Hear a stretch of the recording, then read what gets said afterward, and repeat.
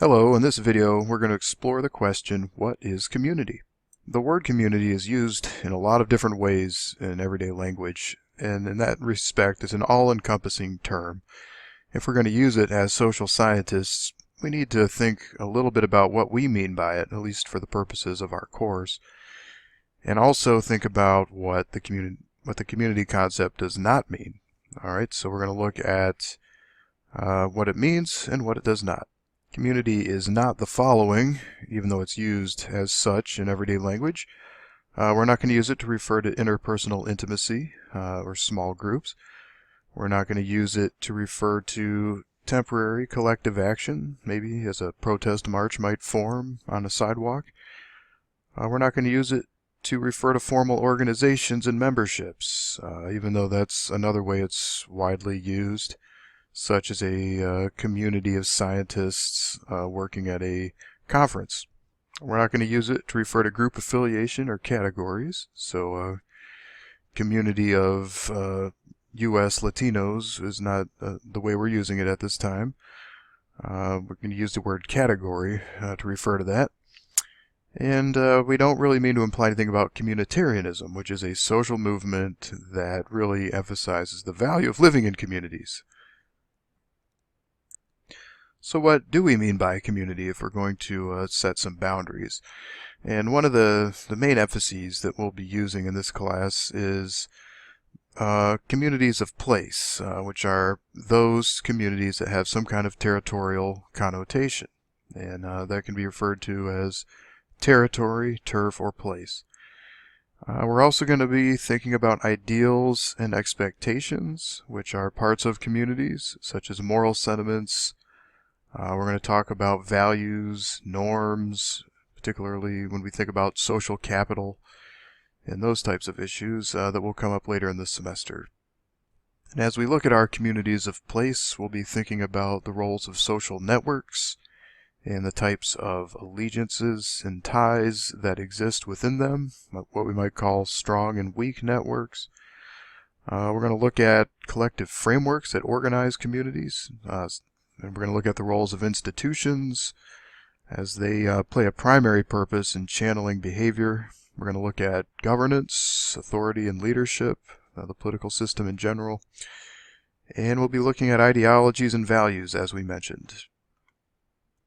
We are also going to pay attention to how community has been defined by sociologists.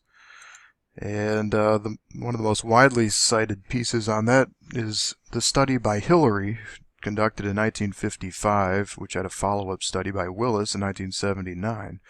And each of these are what we might call a meta-analysis, where they examine published scholarship using the term community, and Hillary found, for instance, that there were 94 definitions of the term being used by social scientists. And Willis found subsequently that there were about 60. And these are studies by social scientists, those who are trying to be careful about what we mean by the term. And what Willis points out is the main areas of agreement revolve around the geographic aspect, the place, turf, territory we were talking about, social interaction, which relates to what we were saying about networks, for instance, and the notion of common tie or ties, right? Bonding networks versus bridging, for instance. And because community has been used in so many different ways, it's a question worth asking, are there too many meanings? Does the term still have any value? And Larry Lyon answers that question by pointing to the fact that by having less precision in the definition, we've created a concept that is more flexible. And indeed, the word community has changed considerably, for instance, from the early 1900s through the present. What that term means has changed quite a lot. And by not having some fixed definition, we can continue to use the term, even though it may mean slightly different things. So that accounts for some social change. Robert Park, when he defines community, has a similar notion as Willis we saw previously when he looks at 1. A population that's territorially organized, 2. More or less completely rooted in the soil it occupies, And 3, its individual units are living in a relationship of mutual interdependence. And sociologists began thinking about the term community at the turn of the 20th century, particularly with the work of Ferdinand Tönnies, whose book Gemeinschaft und Gesellschaft, translated to be Community and Society, presented a framework for thinking about transitions that were happening during his time, when most people who were living in agricultural villages started to move in large numbers to cities. And primarily, Tönnies' focus was on the European experience, which was then extended out to include the North American experience. And what Tönnies noted was communities are marked by tradition, emotionalism, and holism, while urban society is marked by rationality, legalism, impersonality, and segmentalism. And so he would use these 2 separate ideal types as a way to think about particular places, even though as ideal types, neither of them may exist in actuality when we look at real places. So in other words, almost every community can be located somewhere between the extremes of local communities, which tend to be rural, and large societies, which tend to be associated with urban life. Around the same time that Tönnies was writing out his ideas, Emile Durkheim began to talk about 2 important concepts that we'll talk about in this class: mechanical solidarity and organic solidarity. And they weren't necessarily in communication with each other, but Durkheim's ideas have a lot of parallels to those of Tönnies. Weber was a colleague of Tönnies, and although he didn't really write about communities, he did write about impersonality versus personal relationships. So he was either influenced or influenced Tönnies. They were colleagues, so they were talking to one another. And Weber focused on communal and associative relationships. Around the 1930s, another, generation of sociologists who were influenced by the work of Tönnies, Simmel, and Weber formed what was called the Chicago School. And this would later be associated with what we call human ecology theory, and also symbolic interactionism. Those were 2 of the outgrowths of the Chicago School. And the Chicago School, in particular, the Human Ecological School, applied biological concepts in order to explain urban development in communities. And as we'll see when we explore the ecological theory, this was one of the key developments. And from the 30s to about the 1960s or 70s, a lot of what sociologists did was what we would call holistic community studies, where the scholar would go and live in a particular place and document the entirety of what it was like to live in such a community. And a good example of that is Lyndon Lynn's Middletown. Another branch of that was what we'd call community power studies, those who were influenced by the work of Floyd Hunter particularly. And instead of just talking about life in the community, they would try to focus on who had power. So they would use this thing called a reputational approach, where they'd look for individuals who had the reputation of calling all the shots. And an example of that work would be Dahl's Who Governs. In the period following the 1950s and 60s, when all the community work was being done, sociology took a turn towards mass society. And this meant that mainstream sociology would largely abandon the community concept for society. And indeed, the field of sociology became the study of society, even though it started more or less as the study of communities. And a lot of that was based on the belief that locality was losing relevance, and that people were becoming more attuned to what was happening largely at a national level, as things became more uniform culturally. And since the 1990s, and arguably through the present, thanks to the work of scholars such as Robert Putnam and James Coleman, among others, there was a returning interest to the community as a field of study, and you could really see that also in the work of criminal justice and criminologists who knew that the community was significant as a source and a place for studying crime, for instance. And they weren't the only ones. So lots of subfields began to view the community with new eyes as a place of relevance. And the social capital concept really lit the imagination on fire for sociologists, and new work studying the community began. Although now, instead of looking only internally, much of this work also looked externally at extra-local linkages. In thinking about the term community, it's also helpful to look back at a number of historical models of community. Long before sociology was even a field, philosophers began wrestling with the concept of community in different ways. And to a large degree, they were thinking about the relationship between the individual and the collective, and had different ideas about how those two things related. Althusius, for instance, argued that the individual should submit to the collective or the community of goodwill. Hobbes really privileged the individual over the community and developed what he called a social contract theory. And Rousseau views the social contract as the birth of humanity, but is actually pro-community.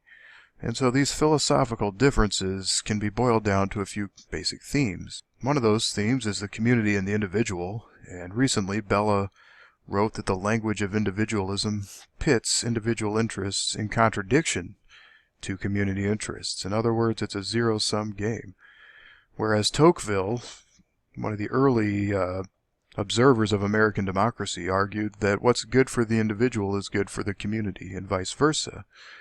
So it's not a zero-sum game. So these are completely different concepts for thinking about how the individual and the community relate to each other. Some philosophers referred to what was called the organic model, which was a romantic or nostalgic ideal, and thought that community life and modern life were not compatible. And community life in the nostalgic historic sense tends to privilege the common good over the individual. Those such as Hobbes had an atomistic or contractarian model, and argues that a contract binds free persons to one another and privileges the individual over the common good. So we have two opposing models there. But rather than arguing in the abstract for different models of community, sociologist Keller in 2004 turned to what she calls historical community types to inform this discussion. These different models of community all can be thought of as ideal types in much the same way that Tönnies would have argued. The first of these is the Greek polis. This was argued by Plato and Aristotle perhaps to be the ideal community, and Plato in particular thought so, with self-government, clearly marked territory, and a religious and spiritual unity. And the Greeks had a general idea of democratic participation. Aristotle was largely in favor of it. But after you stripped away all the slaves, the women, the children, it was actually about only a tenth of the population that got to participate. But nevertheless, early ideas from the Greeks laid the foundation for what we now think of as civic community. So the polis is one of the oldest and earliest examples of community life, and it is small scale, allowing individuals to comprehend the totality. In fact, there were specific rules set by Plato that no more than 5,000 people should live in a community. And anything more than that would make it impossible to understand the totality. And if you can't understand the totality, how can you make informed democratic decisions? And it also promoted a sense of shared existence, reciprocity, and solidarity. So it had impacts on the culture and the life of the community. But the polis nevertheless experienced a number of problems, such as inactive citizens, those who didn't bother participating, something we know about still today, glorified individuals, whereas everybody's supposed to be more or less equal in a democracy. Early individuals were charismatic, would dominate discussion, take over democratic debate. At times there would be factionalism, and that could escalate to the scale of war. And of course, we already mentioned some people were excluded from the citizenry simply because of their categorical distinctions. There were also debates about how likely it was democracy could work, and Plato leaned against it, saying that we needed philosopher kings, people who are experts, to do all the planning and make the decisions, whereas Aristotle represents the other view, arguing that direct democracy is the best model. Next, Keller points to what she calls the monastic community. And the unique thing about monastic communities is that they are defined by a shared religious identity. When monks all live together, they have an unusually high level of shared identity and solidarity, perhaps unique among all communities. And the goal was to promote such unity and have a quiet, isolated, and contemplative existence. There was also a clear leadership structure because the monastic community submitted to the abbot who was in charge. But the abbot, of course, being a religious figure, along with all the other citizens in the monastic community, saw ultimate authority in some kind of god. So this community was held together by what the Greeks called agape, which is sort of a brotherly kind of love or togetherness. But like the polis, the monastic community was not without its problems. Individuals would voice heterogeneous ideas, even though the goal was to promote a consensus and to have a clarity of purpose. Yet the individual monks would often have different ideas about the future. So there was always a tension between the goals of solidarity and the goals of pluralism, or promoting a variety of ideas. And that type of tension exists in most communities today. The third model that Keller identifies is the Puritan Commonwealth, the common settler colonial village in New England, which was a model that was emulated as colonists in North America moved westward.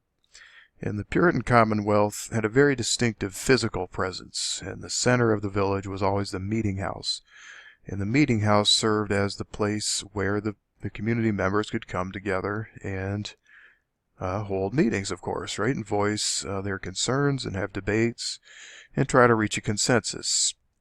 And like the other models of community, the Commonwealth had its own set of problems.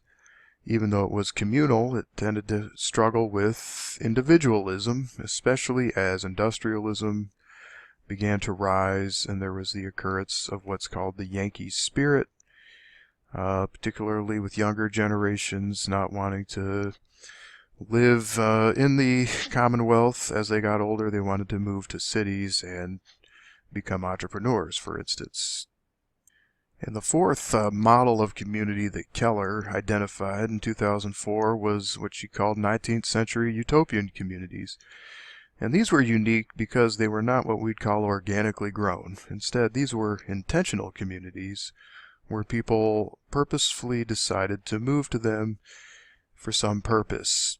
And so Keller argues that intentional communities that emphasize sharing, cooperation, and a set of ideals that put the individual in a context of collective well-being. And according to Cantor's research, not all utopias were equally successful. Those that were had clear leadership structure, had well-defined rules of membership. That means you could identify insiders and outsiders. There was some kind of unifying ideology, which was usually religious in nature. There were identifiable physical sites, such as the meeting house in the puritanical Commonwealth. There was an ability to cope with conflict, which was important to creating a sense of belonging. Right? So how well conflicts could be resolved would determine whether or not the community would have a future. And today we continue to see planned communities, much like the utopias of the 19th century. They're not organically grown. And some examples of these are the Levittown suburbs, which were some of the earliest suburbs in the history of the United States. and even more hyper-planned communities such as Celebration Disney or Twin Rivers in New Jersey. These were places that literally started from scratch as empty fields and were built with the purpose of growing a community. Yet, there's still a lot of questions about how to pull that off successfully, and each one of those examples we mentioned had its own set of problems. The questions we might ask: do we have the knowledge required to build a perfect community? And what are the subjective qualities, and how are they going to be incorporated into that design? What is perfect for some is not always perfect for others.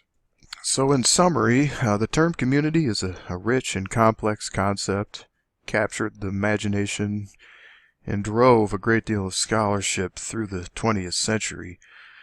With a slight turn away from it, but interest did return going into the 21st century, where we find ourselves today. And the historical evolution of communities continues to be a subject of interest. We can look back at the earliest models, and we can use those models to inform our understanding of current communities. And we can conclude with noting it's a myth to think that the community is no longer relevant. It is still significant. And the reality is that communities have changed and remain important places where people live and work. Community is different from society because it's direct, it's personable, it's tangible, and it's proximate. Mass society is simply an abstract idea.